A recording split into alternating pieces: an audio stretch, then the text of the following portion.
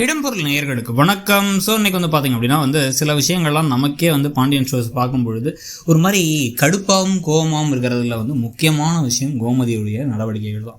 கோமதி இப்போ அவசர அவசரமாக ஒரு முடிவு எடுத்தாங்க. இப்போ நம்ம அவங்கள பெரிய எதிர்பார்க்க முடியாது. ஹீரோயின்னு சொல்லிட்டு தனித்தனியாக அறிமுகப்படுத்தப்படுற கேரக்டர்ஸ் கூட சீரியல்களில் பல நேரங்களில் முட்டாள்தனமான முடிவுகள் எடுப்பாங்க. அந்த மாதிரி தான் இவங்களும் கால் பண்ணி பழனிகிட்ட சொல்லிடலாம், பழனிவேல்கிட்ட சொல்லிடலாங்கிறதையும் பண்ணல.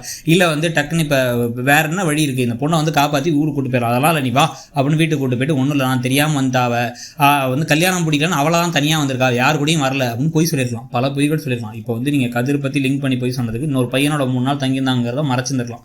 நாங்கள் இருந்த ரூம்லாம் தங்கியிருந்தா பயந்து ஓடி வந்துட்டா, நாங்கள் பார்த்து எங்கள் ரூம்லேயே அடைக்கலம் கொடுத்தோன்னு சொல்லியிருந்துருக்கலாம். அதெல்லாம் விட்டுட்டு கல்யாணத்தை பண்ணி வைக்கிறேன்னு ஒரு காலேஜ் படிக்கிற பையனை கல்யாணத்தை பண்ணி விட்டு தன்னோட சொந்த பையனோட வாழ்க்கையை பணைய வச்சது மட்டும் இல்லாமல் திருட்டு பழியும் விழ வச்சிட்டாங்க. இந்த சமயத்தில் எல்லாத்துக்கும் இப்போ வீட்டில் கொஞ்சம் கொஞ்சமாக டவுட் வர ஆரம்பிச்சுங்கிறது நம்ம கொஞ்சம் ஆறுதலான விஷயம். அரசியல் ஆரம்பித்து செந்தில் பழனி எல்லாருமே பல கேள்விகள் கேட்குறாங்க. லாஜிக்கலாக நமக்கு தோணுன பல கேள்விகள்.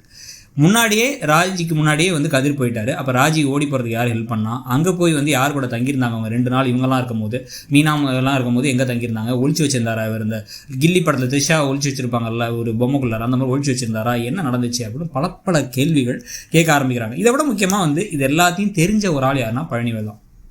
அப்போ கால் பண்ணி பழனிவேல் அந்த பொண்ணு காணாமல் போயிட்டா, இப்போ கல்யாணம் நின்றுச்சுன்னும் போது நீங்கள் அழாதீங்க மாமா, அவளை நான் ஃப்ரெண்ட்ஸை விட்டு தேட வைக்கிறேன்னு சொன்னதுக்கு பிறகு அந்த கண்ணம் பயிரால் தான் இது இருக்கும் அப்படின்னு இவர் உடனே சொன்னார். கண்ணனாக தான் இருக்கும், அவன் அவங்க கூட தான் போயிருக்கணும், அவங்க கூட பழகிட்டு இருக்காது. திருப்பி நான் பார்த்தேன், அப்போ கூட பேசிகிட்டு இருந்தாங்க நிச்சயத்துக்கு அப்புறம் கூட.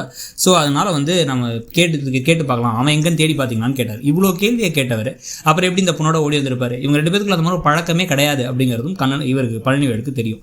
கொஞ்சம் மூளையை யூஸ் பண்ணால் அவர் இந்த விஷயத்தை வெளில கொண்டு வர ஆரம்பிக்கலாம். அட்லீஸ்ட் அதை இவர்கிட்டையாச்சு தனியாக கூப்பிட்டு கதிர்கிட்ட உண்மையை வர வைக்கலாம். உண்மையை வர வச்சது மட்டும் இல்லாமல் வீட்டில் இருக்க பசங்களுக்கும் லைட்டாக மனசு ஒரு கோவம் வரும்ல. சரவணனுக்கு தன்னோட தம்பி ஒரு தம்பி காதலிச்சு பண்ணால் ஓகே, இன்னொரு தம்பி இந்த மாதிரி காதலிச்சு பண்ணுறான், அதுவும் நமக்கு கல்யாணத்துக்கு பொண்ணு கேட்க போயிட்டு தம்பிக்கு கல்யாணம் முடிஞ்சு அண்ணனுக்கு என்ன கல்யாணம் முடியலான்னு அந்த மொத்த சம்மந்தமே கெட்டு போச்சு. அந்த சமயத்தில் இதுக்கப்புறம் இவன் இதை பண்ணியிருக்கான் அவசரமாக அப்படின்னா அப்போ நம்மளை யாருமே மதிக்கலையா? நம்ம இவனுக்கு திட்டு வாங்கக்கூடாதுங்கிறதுக்காக போய் நின்னோம்ல அப்படிங்கிற எண்ணம் வரும்ல. அந்த எண்ணத்தை சரி பண்ணுறதுக்காகவாச்சு பழனிவேல் உண்மையை சொல்லணும். இப்படி கண்ணன் ஒரு பையன் இருந்தான், அவ கூட தான் ஓடி போயிருப்பான்னு இவன் பேசினா, கடைசியில் ஏதோ நடந்திருக்குன்னா அங்கே வேறு ஏதோ பிரச்சனை நடந்திருக்கு. இவன் சொல்கிறது உண்மை இல்லை, இவன் காதலிக்கவே கிடையாது. அதை நம்ம இப்பயும் பார்க்கலாம். இவன் 2 பேருக்குள்ள ஒரு அந்யோன்யமோ ஒரு காதலோ இருக்க மாதிரியே தெரியாது பாரு, வெறுப்போடே தான் 2 பேரும் ஒருத்தர் பார்த்துக்கிறாங்க அப்படிங்கிறத சொல்ல ஆரம்பிக்கலாம். அப்போ அண்ணன்களுக்கு மட்டுமாச்சு தான் தம்பி மேலே எந்த தப்பும் இல்லை அப்படிங்கிறது தெரிய வர்றது ஒரு பக்கம் இருக்கலாம். இல்லை பாண்டியனுக்கே தெரிய வந்தால் கூட நிம்மதி தான். இப்போ ஊரில் இருக்கவங்க ஏதாச்சும் பேசுவாங்க, அதனால இந்த குடும்பத்தை இருக்க முடியாது, ஊர் பேசியே கொள்ளும் அப்படின்னாங்க கோமதி. ஊரில் இருக்கவங்க தானே, வீட்டில் இருக்கவங்க இல்லை, வீட்டில் இருக்கவங்க புரிஞ்சுப்பாங்கல்ல, வீட்டில் இருக்கவங்கள்ட்ட கூட சொல்ல முடியல அப்புறம் என்ன குடும்பம்? அப்போ இதை கோமதி ஏதாச்சும் பண்ணணும். கோமதி ஒரு இந்த இலையை கூட கிள்ளி போட மாட்டாங்க அப்படிங்கிறது நமக்கு தெளிவாக தெரியுது. அப்போ இவங்க எல்லாரும் சேர்ந்து பேசி ஒரு முடிவை மட்டும் எடுத்தால் தான் நல்லாயிருக்கும்னு தோணுது. உங்களுக்கு என்ன தோணுது இந்த விஷயத்தில் அப்படிங்கிறத சொல்லுங்கள். பழனிவேல் அவருக்கு தெரிஞ்ச உண்மைகளை சொல்லி அடுத்தடுத்து ஏதாச்சும் ஒரு ட்விஸ்டன்ட்டான கொண்டு தான் நல்லாயிருக்கும்னு நினைக்கிறீங்களா? இல்லை அந்த மாதிரிலாம் நடக்காது பாருங்களேன். கடைசி வரைக்கும் யாருமே உண்மையை சொல்லாமல் இன்னும் பின்னாடி ஒரு 6-7 மாதம் வரைக்கும் கதிரை கரிச்சு கொட்டிகிட்டே இருப்பாங்க. கதிரும் ராஜியும் சண்டை போட்டுகிட்டே இருப்பாங்க. கோமதி ஏதோ யாரோ 2 பேர் நமக்கு என்ன தெரியும் அப்படிங்கிற அப்பப்போ கண்ணை மட்டும் கசக்கிட்டு உட்காந்துருப்பாங்கன்னு நினைக்கிறீங்களாங்கிறத சொல்லுங்கள். தேங்க்யூ.